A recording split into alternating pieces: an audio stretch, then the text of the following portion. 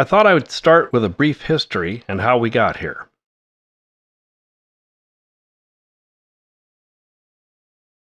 In 2009, then Vice President of Engineering Tony Montero introduced the Fox CubeSat. This was an important event for our satellite program and a big change in satellite designs. At 4 inches cubed, the volume of the Fox CubeSat was only about 7% that of AO51. And Fox would weigh in at 1.3 kilograms, just 11% of AO51's mass. The Fox CubeSat is about the size of a softball. The choice to go the CubeSat design was the way forward for AMSATs getting low-cost or free launches. NASA had introduced a new program, the CubeSat Launch Initiative, that covers the cost of a launch for CubeSat projects that provided attributes matching the goals of NASA. Education is one of those goals, and AMSAT's key to being able to compete for launches.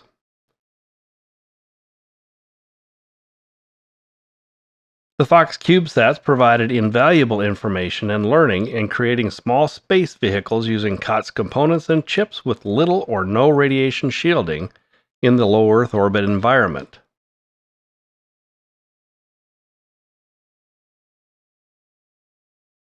The experience gained was necessary for the future of low-cost launch opportunities and the expanded complexity desired in future missions.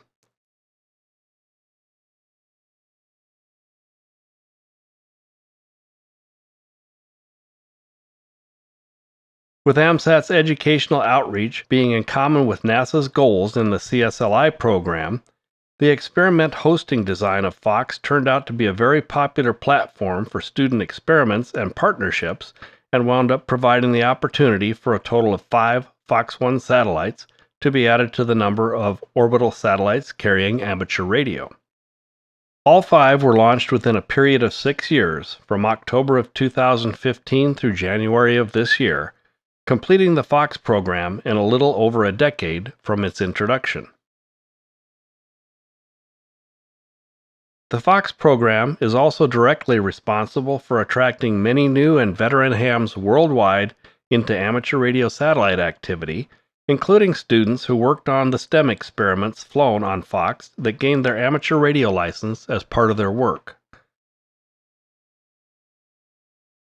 The Fox 1 program also met one of the goals the AMSAT Board of Directors had drawn up in their 2017 strategy meeting in the design of the Fox 1E linear transponder.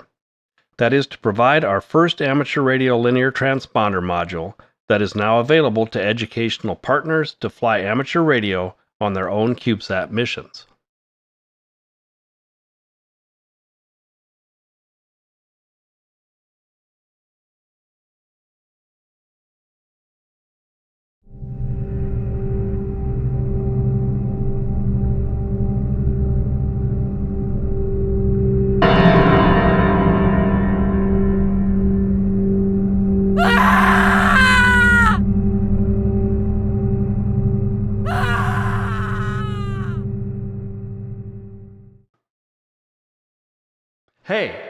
Hey, where am I? Here we are.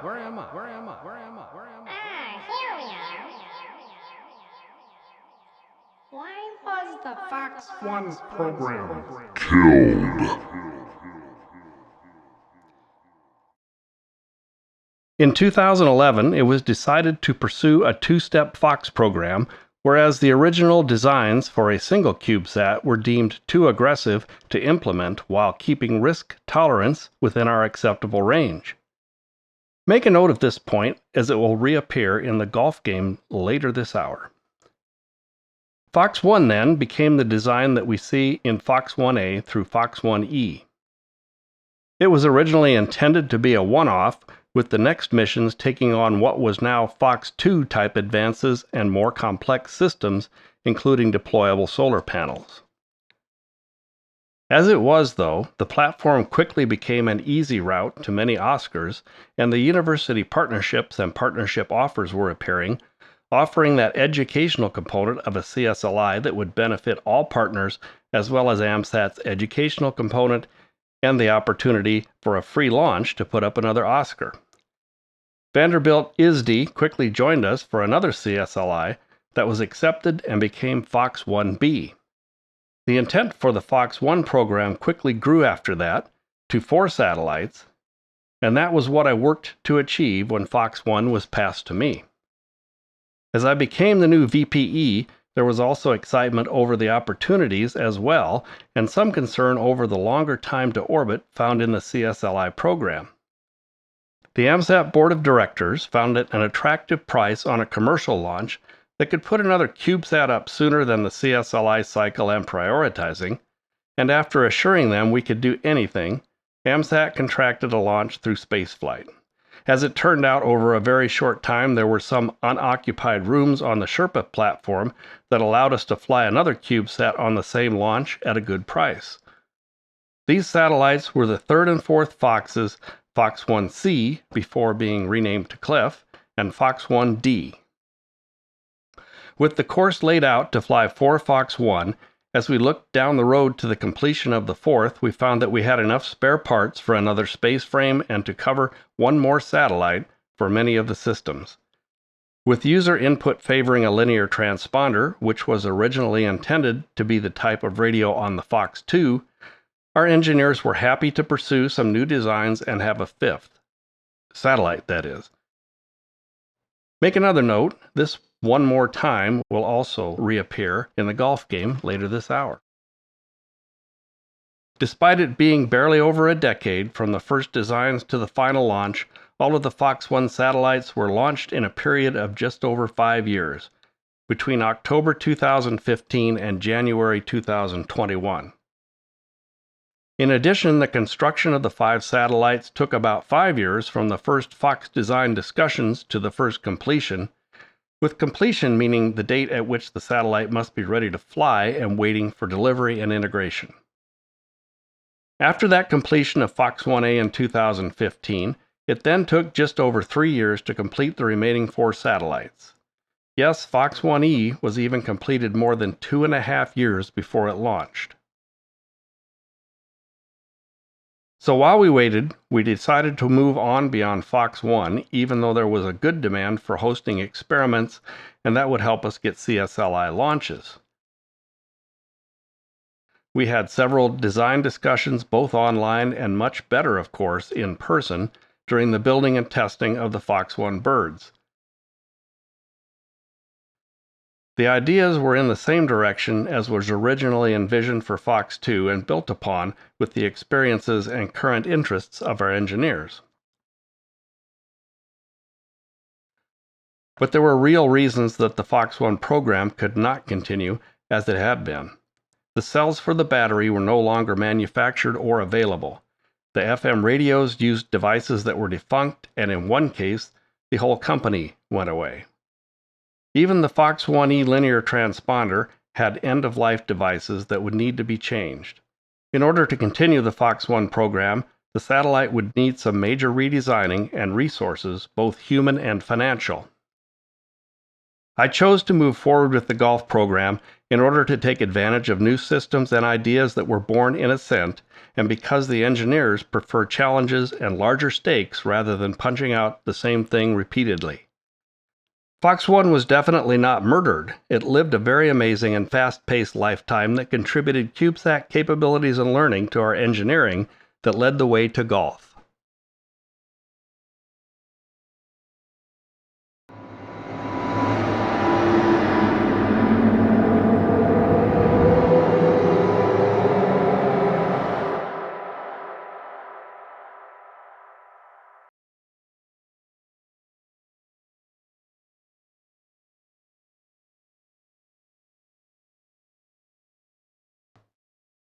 From Reno, Nevada, it's the 2017 AMSAT Space Symposium and General Meeting, starring the Board of Directors.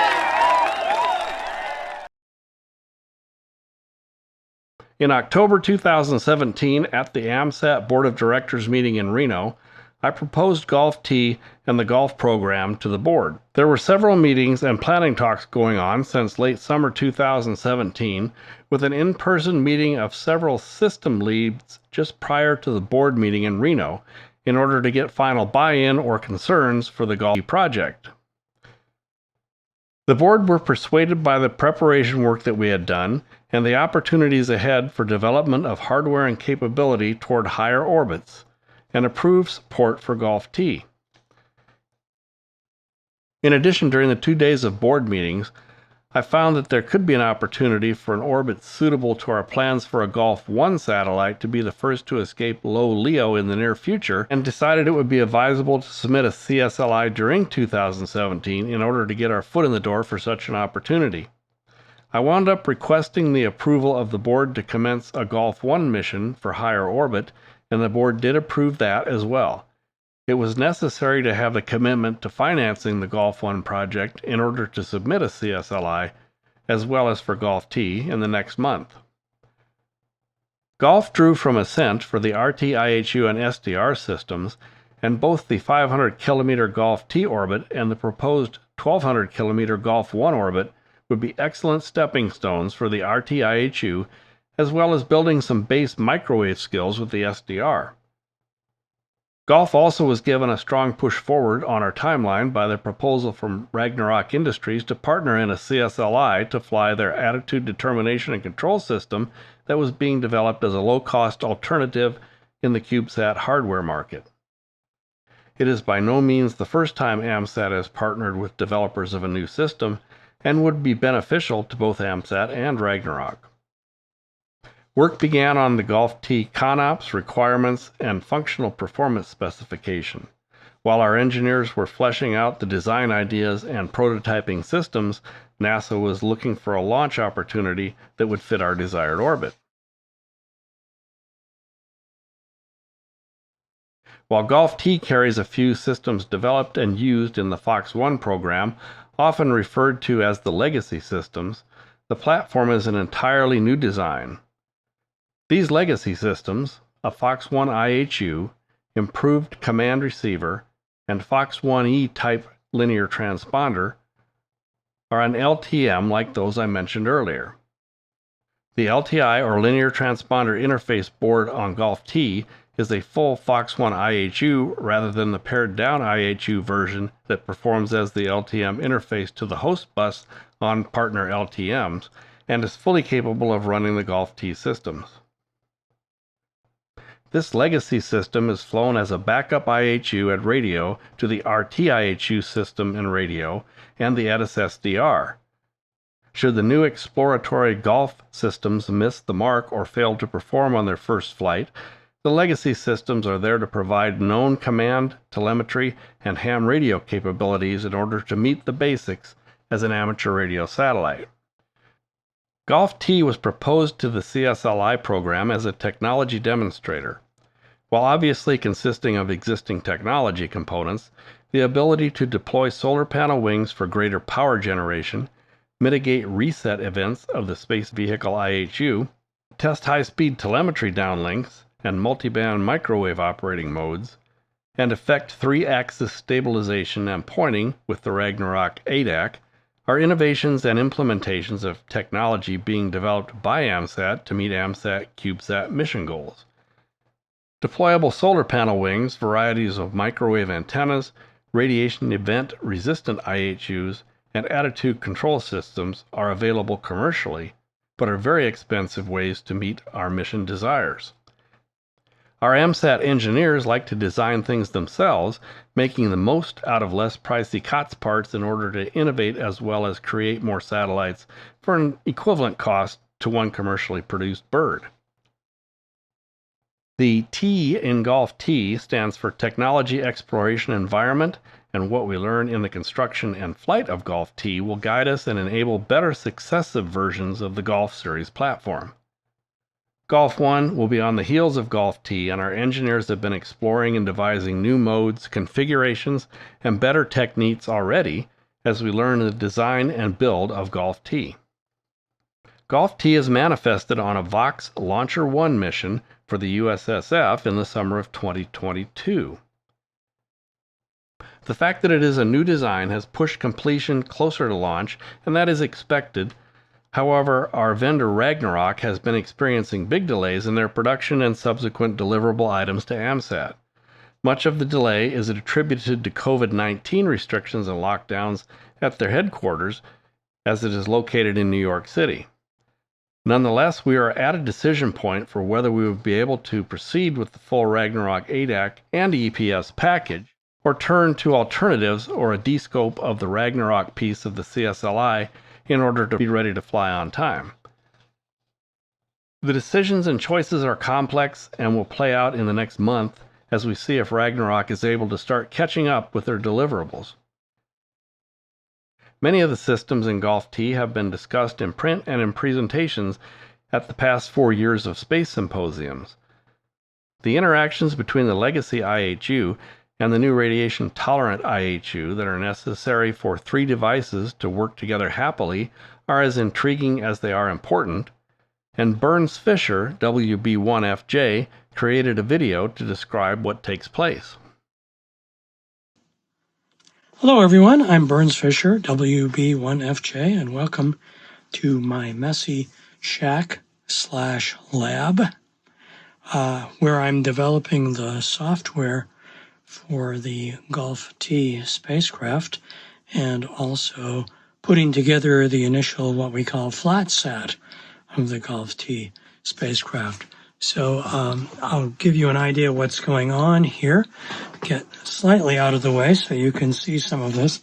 Right here is the actual flat sat that contains a number of the boards for the processors, as well as the RxTX, the transmitter, and the command receiver. This is obviously a power supply for the thing. This is a very early prototype of a board that connects many of the parts of the spacecraft together.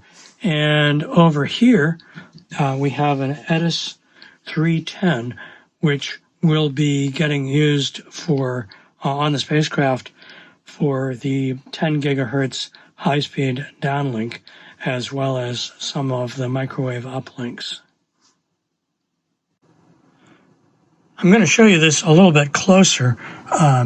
This is the flat sat board along with the prototypes and the E310. But just notice on the flat sat board there is 1, 2, 3 different programming boards, because there are 1, 2, 3 processors on the thing. In general, if for fallback purposes, if one fails, then another one takes over, and I'm going to be showing you that in a few minutes. We also have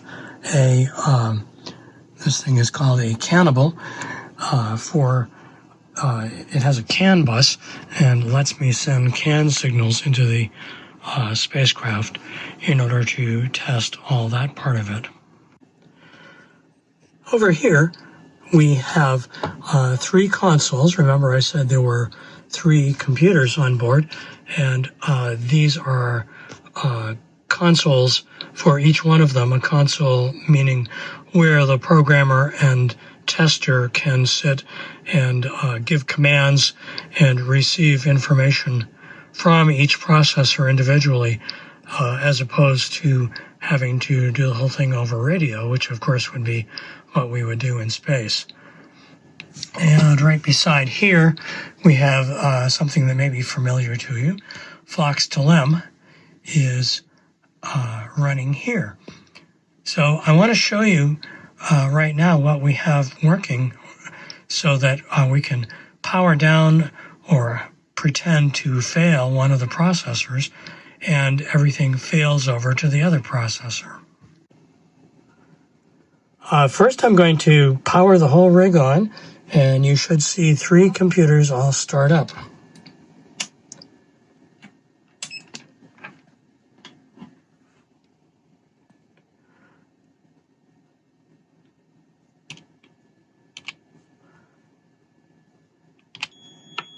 And there we go. Here is the legacy IHU. Here is the primary radiation-tolerant IHU. And here is the secondary radiation-tolerant IHU. So back to these consoles, you can see that the one on the right, called the secondary console, is saying CTRL bus. So that means the RT IHU is in control of the spacecraft, and this particular secondary processor has the spacecraft bus. And I have turned on the telemetry, so if we look over here, we can see an eye diagram, we can see a nice strong signal coming out, and we can see nice bits being decoded. So now I'm going to go back here and reset this particular processor. Reset IHU. And what will happen is that it will switch over to the other processor. So I'm going to go here and show you the signal. And here we go. I'm going to hit reset. Ka-chunk. There, it reset. And suddenly, we have another signal there. And it's not quite as strong because it doesn't have the antenna configuration identically, but you can see that it very quickly started once again sending signals. And I'll show you over here that the primary console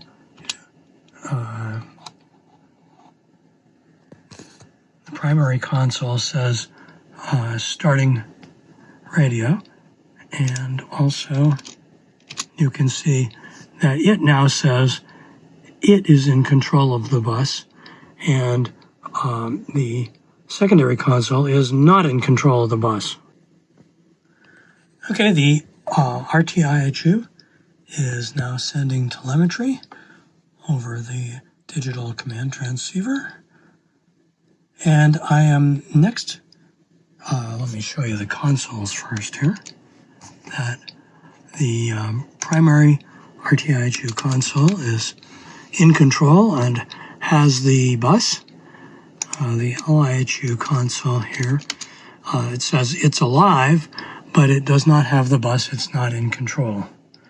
Okay, so now I'm just going to show you what happens. I'm going to send a command to power down the RTIHU, and this would also happen if it failed in any way, of course. So here goes the command, and you shall see that it briefly goes into essentially contingency mode, and the LIHU takes over and starts sending telemetry. And over here, once again, we can see that the LIHU is now in control, and the RTIHU does nothing because it's powered down. So thanks for listening and watching. I hope you found this interesting and that you can see from this that AMSAT Engineering is working hard to build and deliver the Golf T spacecraft. This is Burns Fisher, WB1FJ, and I'm clear.